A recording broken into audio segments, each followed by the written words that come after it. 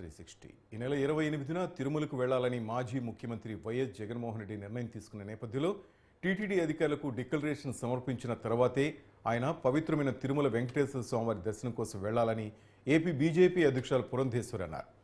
జగన్ అన్ని మతస్థులు కావడంతో GO number 311 revenue endowments rule number 16 ప్రకారం డిక్లరేషన్ ఇవ్వాలని ఆమె డిమాండ్ చేశారు.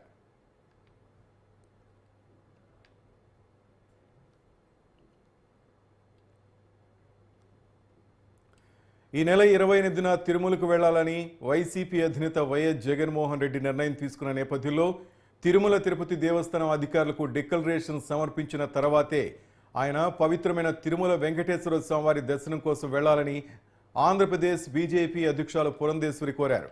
జగన్ అన్య మతస్థులు కావడంతో GO number 311 revenue endowments rule number 16 ప్రకారం డిక్లరేషన్ ఇవ్వాలని ఆమె డిమాండ్ చేశారు.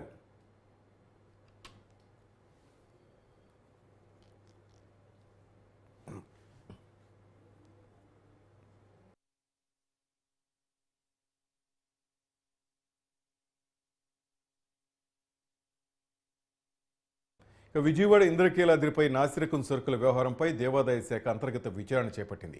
2 రోజుల తనిఖీల్లో 15 లక్షల విలువైన నాసిరకం సరుకులు గుర్తించారు ఫుడ్ సేఫ్టీ అధికారులు. అన్నదానం, లడ్డూ ప్రసాదం స్టోర్స్లో పనిచేస్తున్న ఉద్యోగుల పాత్రపై నివేదిక కోరారు. FSSAI ప్రమాణాలు పాటించకపోవడంపై సమగ్ర దర్యాప్తు చేస్తున్నారు ఫుడ్ సేఫ్టీ అధికారులు.